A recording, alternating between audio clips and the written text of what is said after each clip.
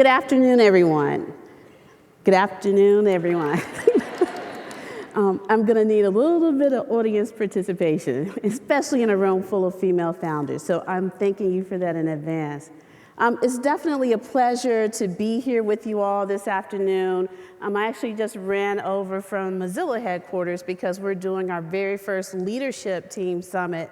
So we have folks here from as far away as New York City to Memphis, Tennessee, and the Bay Area. And so it's been a pretty hectic week, but this was really a highlight for me to have an opportunity to speak to an audience such as this, which are other female founders that I feel a really strong connection to in our shared paths. So thank you for allowing me to chat with you a little bit about our story. Black Girls Code was founded right here in the Bay Area, and as this picture shows, these are what we like to call our tech divas. And we think that we are really here put on this planet to design the future of technology for women and girls of color. We started in April 2011, and we really focus our work around creating these opportunities for these girls ages 7 to 17 to come in and learn about technology in a very culturally sensitive and welcoming atmosphere, which pairs them with mentors that look a little bit like them. Our mission is to empower these young women to go beyond just being consumers of technology and become the creators of it. And our vision is to train 1 million girls of color to code by the year 2040 and to become the de facto Girl Scouts of technology.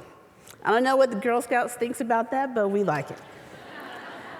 When we started, I think it's very interesting. We talked a little bit about this in my fireside chat with the team this morning, that when we started in 2011, it was just at about the beginning of the whole Learn to Code movement. And really, it was even the beginning of the Learn to Code movement for adults.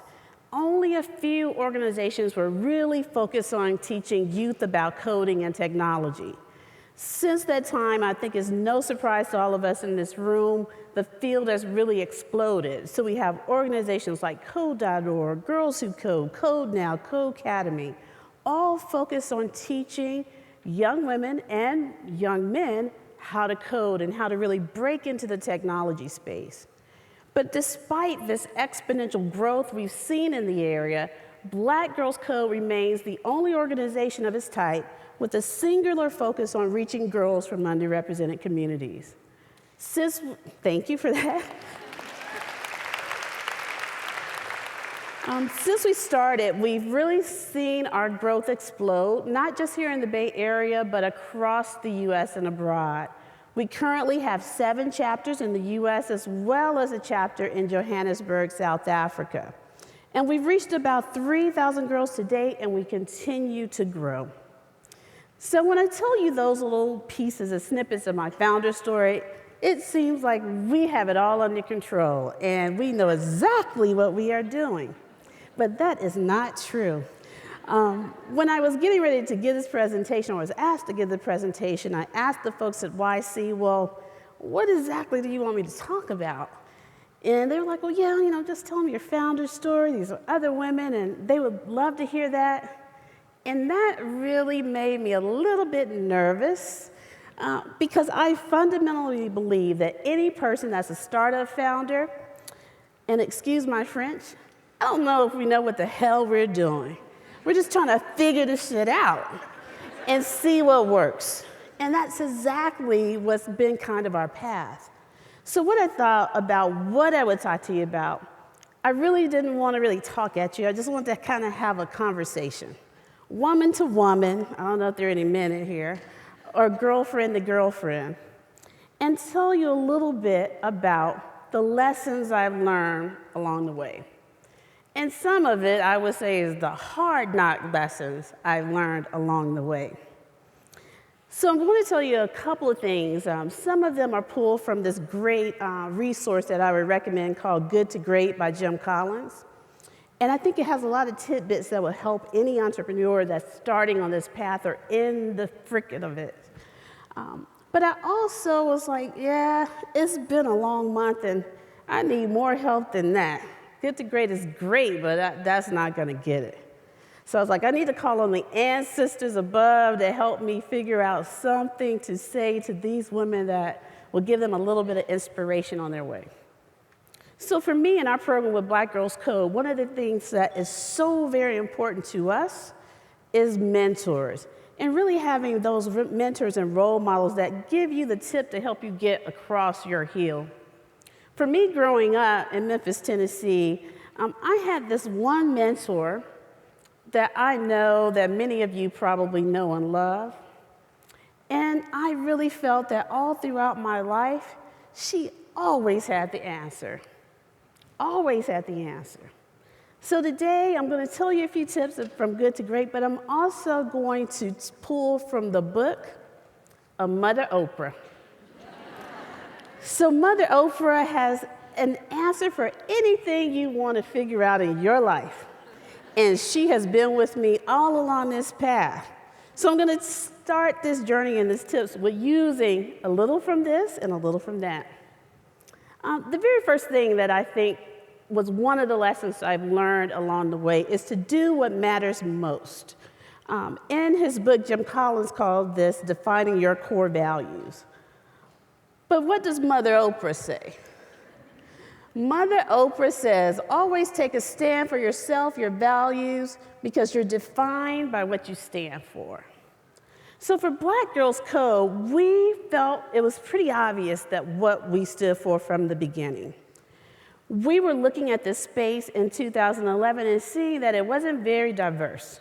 The issue of diversity and inclusion was something that not a lot of people were talking about. But we knew fundamentally one thing that we hold truth even today, that if technology is designed mostly by males who make up only half of the population, we're missing out on the innovation and solutions and creativity that a broader pool of talent can bring to the table. So our whole work, everything that we do, is really grounded in that belief, in that focus and that value that this work about technology is more than just teaching kids to code. It really is an issue of social equity. It really is an issue of social justice. It really is about equaling and leveling the playing field for everyone, especially women and girls of color. So this is a little bit more like what we think the industry should look like. So look at those faces and look at that fashion. Do you see that? This is what we feel that the new leaders in technology really should look like. And our goal is to keep that value and focus in everything that we do. Another key point that Jim Collins brings out in his book is really owning your purpose. Purpose is so important to the work that you're going to do once you identify what your core values are. Well, Mother Oprah says it a little bit differently. She says the work of your life is to discover your purpose and then get on with the business of living it out. So now this is one that's very interesting for me personally, because I always say that I consider myself an accidental social entrepreneur. And by that I mean that when I started this path in 2011, trust me when I tell you I had no idea I would be running a nonprofit 4 years later. I really was just a mother of a very interesting and really different kid, a daughter, who was interested in gaming and computer science. And I was looking for something to get her to be a little bit more productive than spending every weekend at GameStop buying the new games. And I didn't know that this is the path that it would lead me down. But when I really looked at the industry, and some of the things that were really shocking to me at that time in 2011 is that I wasn't really aware how underrepresented women and girls were in the technology industry. When I received my degree in computer science right at the end of the 80s, as you look at this chart, that is the peak. So right about 1989, I was able to receive my degree in electrical engineering and computer science at a peak moment for women. Women at that time received about 36 or 35% of the degrees in computer science. Since that time, the number has plummeted, and it's now only about 12 or 14% for women. But for women of color, that number falls off the cliff even further than what you see on the chart. African American women receive only 3% of the degrees in computer science. And for Latinas and Native Americans, it's less than 1%. So these numbers were really a wake-up call for me. And I knew at that moment in time I would have to divert my path, which was originally to start a for-profit startup company, to really doing something to change those numbers, to change the reality for my daughter, and to create a more ideal future for her and girls that look like her. And that's the work of Black Girls Code. Thank you. We are really, really focused and see our purpose as changing the face of technology. We say that a lot, but we truly mean it, because we really feel that there's more diversity of thought that will also be both a business imperative and a social justice imperative for the industry itself and for our nation as a whole. And that's embedded in the purpose of our work. The next thing that Jim Collins mentions that I think is very important is the BHAG. The BHAG is really finding that big, audacious goal and setting a stake in the ground, and that is what you're going to do. One of the things he says, and one of the things we think, is that if that goal is not big enough to make you a little bit scared that you may not reach it, it's probably not big enough. For Black Girls Code, our goal is really focus on the work that we're doing. So now I couldn't really find a really good quote for Oprah, Mother Oprah, for this, but I did find a great picture. But as we all know, there's nothing that Oprah does that's not big. Everything that she does is big. For Black Girls Code, our big audacious goal is to train 1 million girls of color to code by the year 2040. We picked the year 2040 intentionally because that's the year when the demographics in the US will shift so that those folks that we consider minorities now will become the majority.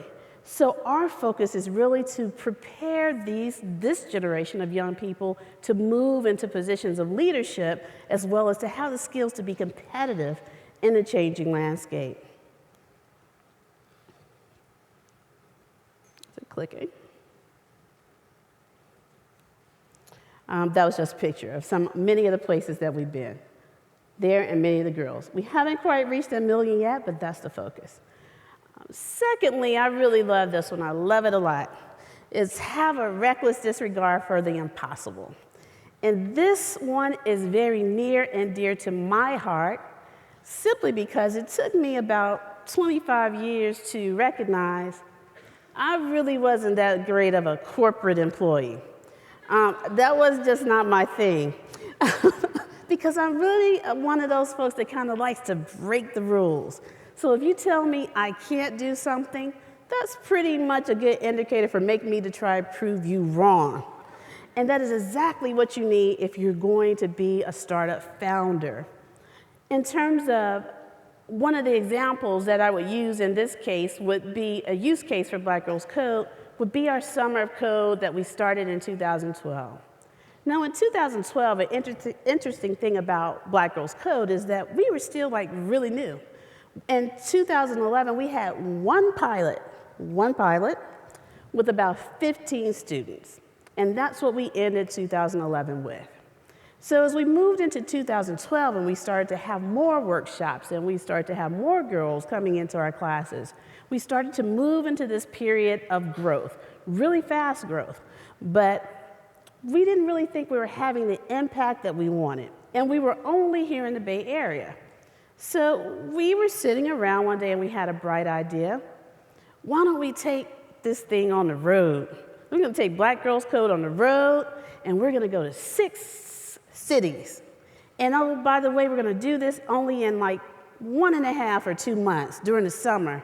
And yeah, we're going to reach 200 girls. Now, that might not sound like a big goal when I've told you we've reached 3,000 students. But at that time, the largest class we've ever reached was about 30. So we were like, yeah, we're going to do this. Going to reach 200 girls by the end of the summer. Again, big, audacious goal. But also, it was something that we didn't really think was necessarily going to be possible.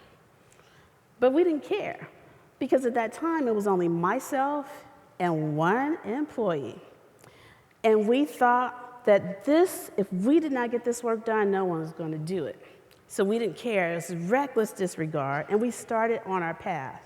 So as we were going on, we were doing all this work. We did our first workshop in Atlanta. We walk into the room, pow, there's like 85 students in there. We didn't know what to do. It was like, oh, this is fantastic. They really like this thing. We better get it together. I told you I'm going to be really honest. That's true. And so we were like, okay, well, let's go to the next city. We went to Chicago, same thing. We went to Detroit, same thing. New York. We ended up at the end of the summer not only reaching 200 students, we reached 1,000. Yes. And that's when we knew that we really had something, that we could have even a greater impact by migrating our organization from a very hyperly locally focused organization to one with chapters and utilizing this very large pool of volunteers we had to execute this work in each and every city. And if that wasn't enough for 2012, when we came into 2013, we're like, we're going to do it again. But this time we're going to reach even more girls, we're going to reach 2,000. And oh, by the way, we're probably going to want to crowdfund for that, and we're going to raise $100,000. Reckless disregard with only 2 people figuring out we could do that. But we did. We reached that goal. We reached $100,000, even when many people took, we actually raised about $125,000, and most people thought we wouldn't do it. So that really set our organization up for exponential growth with just all of the relationships and all of the goodwill and branding that we receive from setting these goals and have a reckless disregard for our potential supposed ability to meet it. One of the things that I think, if I would tell you any one thing that keeps me up at night, it is this one, building a great team. So now, one of the things that Oprah says about building a great team is this: surround yourself only with people who are going to take you higher. One of the things that Jim Collins says in Good to Great is that starting a company or running a company is a bit like driving a bus. So you need a driver. You are the driver. We are the driver as the CEO or founders, but it's our responsibility to find the right people, the key people to put in those seats. For me, founding a team or really finding the right folks to be on my team has been one of the hardest things that I have done as a startup founder. Because everyone wants to ride on the bus, but nobody really wants to do all the work that is required to get the job done.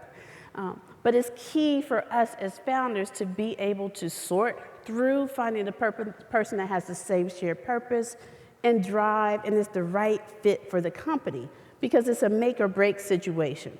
I think another thing that I struggle with as a founder is that generally we come in with the ideas. We are like the type A #1 person on the team. But really, to succeed as an organization, you have to hire people that are better than you, smarter than you, more knowledgeable than you, better marketers than you, better salespersons than you. Everything across the board. You cannot be the best person on your team if you want your team to grow and succeed.